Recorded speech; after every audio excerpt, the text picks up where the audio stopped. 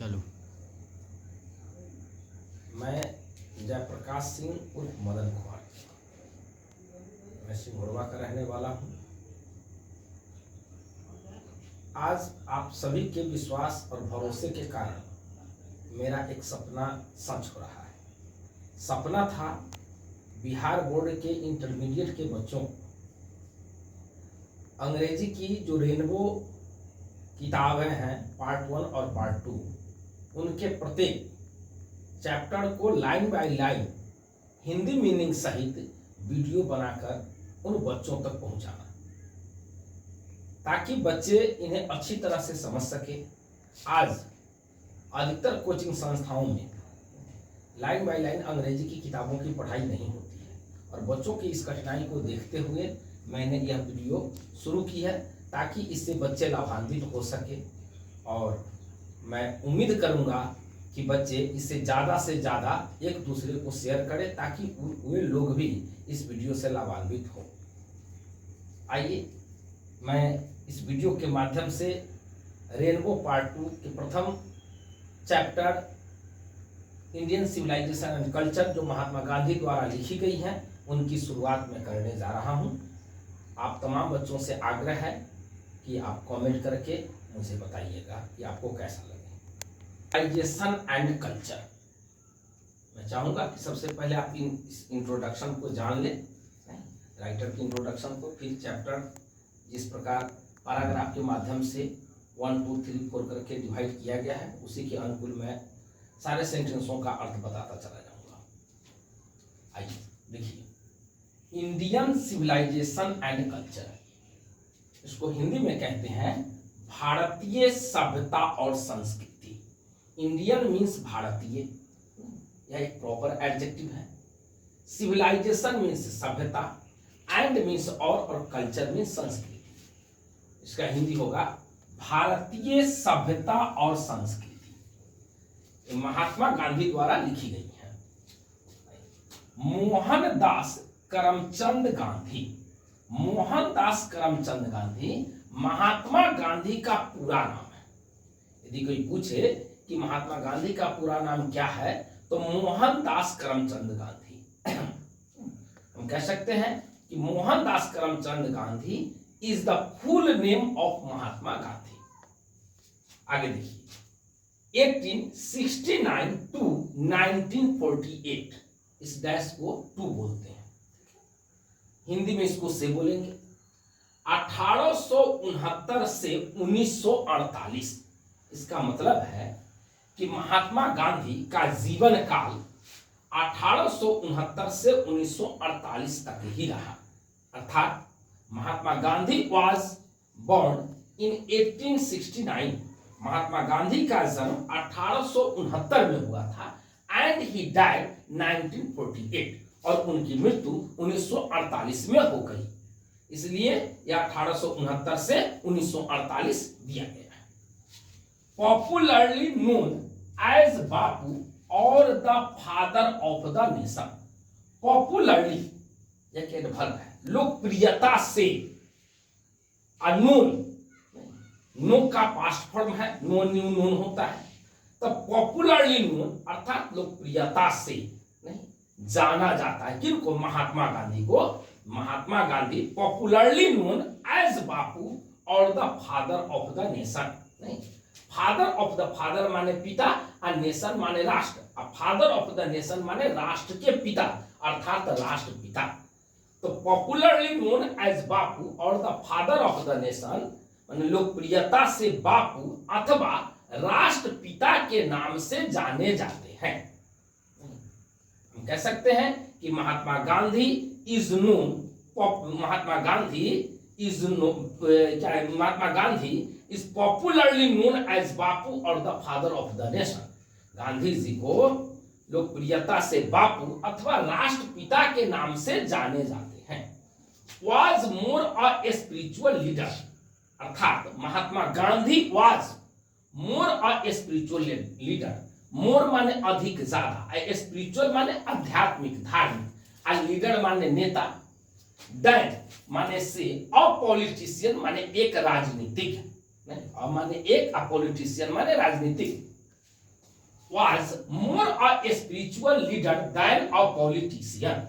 वे एक राजनीतिज्ञ से कहीं अधिक कहीं ज्यादा एक धार्मिक नेता थे। मोर माने अधिक ज्यादा, तो यहाँ अर्थात वाज महात्मा गांधी के लिए, महात्मा गांधी वाज हम कह सकते हैं, Mahatma Gandhi was more a spiritual leader than a politician. Mahatma Gandhi एक राजनीतिज्ञ से कहीं अधिक कहीं ज्यादा एक धार्मिक नेता थे। ही सक्सेसफुली माने सफलतापूर्वक, यूज्ड माने प्रयोग किया, तो ही सक्सेसफुली यूज्ड, उन्होंने सफलतापूर्वक उपयोग किया था, प्रयोग किया था। सेंटेंस सिंपल पास्ट टेंस में देखिए, तो ही सक्सेसफुली यूज्ड, उन्होंने सफलतापूर्वक उपयोग किया था। आगे पढ़िए, ट्रूथ माने सत्य एंड नॉन वायलेंस माने अहिंसा। तो ट्रूथ माने सत्य, एंड माने और नॉन वायलेंस माने अहिंसा। तो ट्रूथ एंड नॉन वायलेंस, सत्य और अहिंसा। एज द चीफ विपॉन्स, एज माने के रूप में, के जैसे, आ चीफ माने मुख्य प्रधान, आ विपॉन्स माने हथियारों, विपॉन का बहुवचन रूप है विपॉन्स।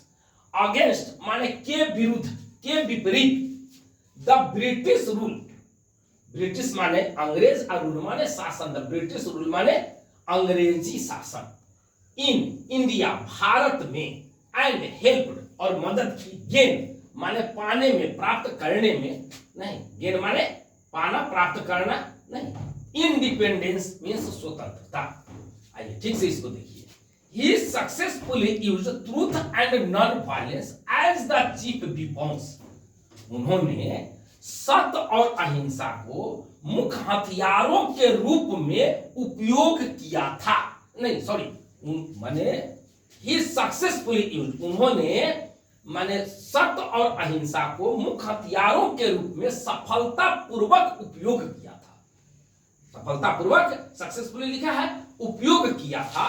Against the British rule in India, अर्थात भारत में अंग्रेजी शासन के विरुद्ध, अंग्रेजी नियम के विरुद्ध। एंड हेल्प्ड इंडिया, और भारत की मदद की थी। गेन इंडिपेंडेंस, स्वतंत्रता प्राप्त करने में या स्वतंत्रता पाने में। आइए एक बार फिर इसको देखते हैं।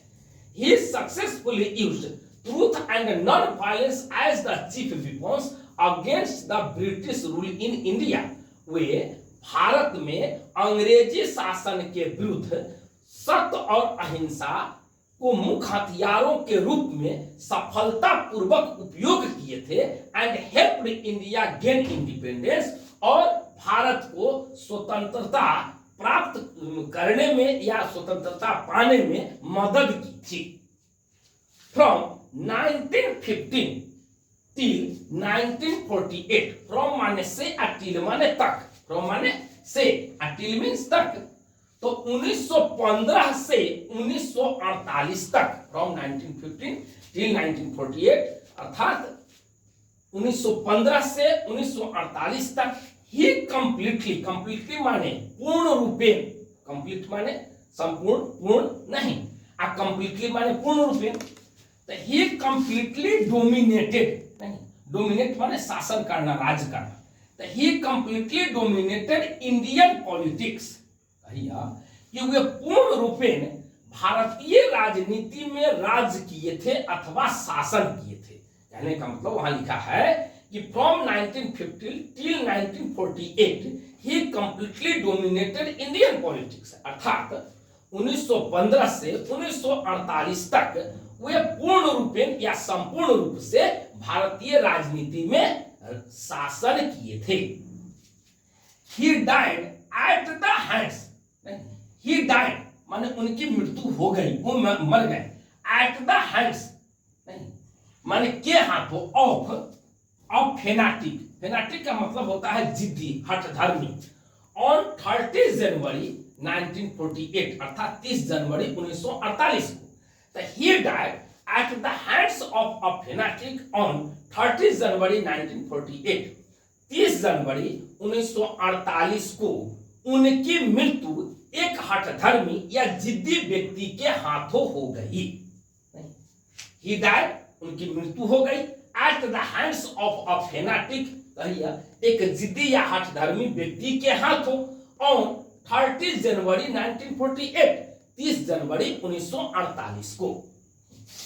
ध्यान देंगे, यहां हैंड्स लिखा हुआ है। हैंड्स का मतलब कि नाथूराम गोडसे ने महात्मा गांधी पर दोनों हाथों से गोलियां चलाई थी, इसलिए यहां पर हैंड्स लिखा है, नहीं तो हैंड लिखा होता। हिज ऑटोबायोग्राफी, उनकी आत्मकथा। हिज माने उसका, उसकी नहीं, पॉजेसिव एडजेक्टिव। ऑटोबायोग्राफी मींस आत्मकथा। तो हिज ऑटोबायोग्राफी, उनकी आत्मकथा। ठीक है, हम उसका आत्मकथा भी कह सकते हैं या उसके आत्मकथा भी कह सकते हैं, लेकिन महात्मा गांधी रिस्पेक्टेड पर्सन है, इसलिए हम आदर्शसूचक शब्दों का प्रयोग करते हैं। हिज माने उनका, उनकी। तो हिज ऑटोबायोग्राफी, उनकी आत्मकथा। माय एक्सपेरिमेंट्स विथ ट्रूथ, ये आत्मकथा जो उन्होंने लिखा था, उस किताब का नाम है माय एक्सपेरिमेंट्स विथ ट्रूथ। नहीं, अर्थात इसका हिंदी अर्थ होगा, नहीं, सत्य से मेरी खोज। नहीं, माय एक्सपेरिमेंट्स, एक्सपेरिमेंट्स माने खोज, विथ माने से, ट्रूथ माने सत्य, तो सत्य से मेरी खोज, my experiments with truth. And the numerous articles, numerous माने बहुत, अनेक, आर्टिकल्स माने चीजें, वस्तुएं, दैट ही रोट, रोट माने लिखा, राइट, रोट, रिटेन, फॉर के लिए, यंग इंडिया मतलब यंग माने युवा, इंडिया माने भारत, तो यंग इंडिया मींस युवा भारत। तो his autobiography, my experiments with truth and the numerous articles that he wrote for young India, यह उनकी आत्मकथा, माय एक्सपेरिमेंट्स विथ ट्रूथ, और बहुत सारी चीजें जो उन्होंने युवा भारत के लिए लिखा था। नहीं, जो उन्होंने, दैट माने जो, ही रोट, उन्होंने लिखा था, फॉर यंग इंडिया, युवा भारत के लिए, अदर न्यूमरस आर्टिकल्स माने बहुत सारी चीजें। नहीं, तो बहुत सारी चीजें जो उन्होंने युवा भारत के लिए लिखा था। एंड द स्पीचेस, और भाषणों, स्पीच माने भाषण, स्पीचेस मींस भाषणों, एंड द स्पीचेस, भाषणों, दैट ही डिलीवर्ड, डिलीवर्ड माने देना, भाषण देना, दैट ही डिलीवर्ड, जो उन्होंने दिया था, ऑन डिफरेंट माने भिन्न भिन्न, अलग अलग, ऑकेजन्स माने अवसरों पर। नहीं, तो फिर इसको देखिए, and the speeches that he delivered on different occasions, भाषणों जिनको उन्होंने भिन्न भिन्न अवसरों पर दिया था, या भाषणों जो उन्होंने भिन्न भिन्न अवसरों पर दिया था, रिवील हिम, उन्हें प्रकट करता है, उन्हें प्रदर्शित करता है। रिवील माने प्रकट करना, बताना, प्रदर्शित करना। रिवील हिम, उन्हें प्रकट करता है, not only as an original thinker, केवल वास्तविक या सच्चे विचारक के रूप में ही नहीं, बट ऑल्सो, यानी कि but also as a great master of chaste idiomatic English, कहिए, लेकिन अंग्रेजी के एक बहुत बड़े माने सच्चे मुहावरेदार अधिपति के रूप में भी, अर्थात reveal him not only as an original thinker but also as a great master of chaste idiomatic English, अर्थात उन्हें केवल एक सच्चे विचारक के रूप में ही नहीं, बल्कि अंग्रेजी के एक बहुत बड़े सच्चे मुहावरेदार अधिपति के रूप में भी प्रदर्शित करता है या दिखाता है। In the following extract, extract माने सारांश, अंश, हिस्सा, भाग, अब फॉलोइंग माने निम्नलिखित, तो इन द फॉलोइंग एक्सट्रैक्ट अर्थात निम्नलिखित सारांश में, नहीं, या अंश में, इंडियन सिविलाइजेशन एंड कल्चर, अर्थात भारतीय सभ्यता और संस्कृति, अर्थात भारतीय सभ्यता और संस्कृति जैसे जो चैप्टर है, जो अंश है, जो सारांश है, उसमें Gandhi ji talks about the sound foundation, sound माने मजबूत और फाउंडेशन माने नींव, आधार, और टॉक्स अबाउट माने के बारे में बातचीत करना या बातचीत करता है। तो Gandhi ji talks about the sound foundation of Indian civilization माने भारतीय सभ्यता के, तो गांधी जी भारतीय सभ्यता के मजबूत आधार के बारे में बातचीत करते हैं, किसमें, इंडियन सिविलाइजेशन एंड कल्चर में, नहीं, उस अंश में Gandhi ji talks about the sound foundation of Indian civilization, तो गांधी जी भारतीय सभ्यता के मजबूत आधार के बारे में बातचीत करते हैं। व्हिच हैज सक्सेसफुली, जो सफलतापूर्वक विथस्टूड माने अड़ा हुआ है, ठोस है, खड़ा है। तो which has successfully withstood the passage of time, passage माने गलियारा और टाइम माने समय, ऑफ माने काके की, तो द पैसेज ऑफ टाइम माने समय के गलियारे में। नहीं तो which has successfully withstood the passage of time, जो समय के गलियारे में सफलतापूर्वक अड़ा हुआ है या ठोस है। द वेस्टर्न सिविलाइजेशन, पश्चिमी सभ्यता, वेस्टर्न माने पश्चिमी, ईस्टर्न माने पूर्वी, साउथर्न माने दक्षिणी और नॉर्थर्न माने उत्तरी। नहीं तो द वेस्टर्न सिविलाइजेशन अर्थात पश्चिमी सभ्यता, ठीक है। यहाँ यदि हम लिख देते हैं साउथर्न तो हो जाएगा दक्षिणी, यहाँ लिख देते हैं ईस्टर्न तो हो जाएगा पूर्वी, ठीक है। तो द वेस्टर्न सिविलाइजेशन पश्चिमी सभ्यता which has the tendency to privilege materiality, नहीं टेंडेंसी माने प्रवृत्ति, अब प्रिविलेज माने विशेषाधिकार देना, नहीं अब मैटरलिटी माने वस्तुवाद। तो which has the tendency to privilege materiality, जिससे वस्तुवाद को विशेषाधिकार देने की प्रवृत्ति है।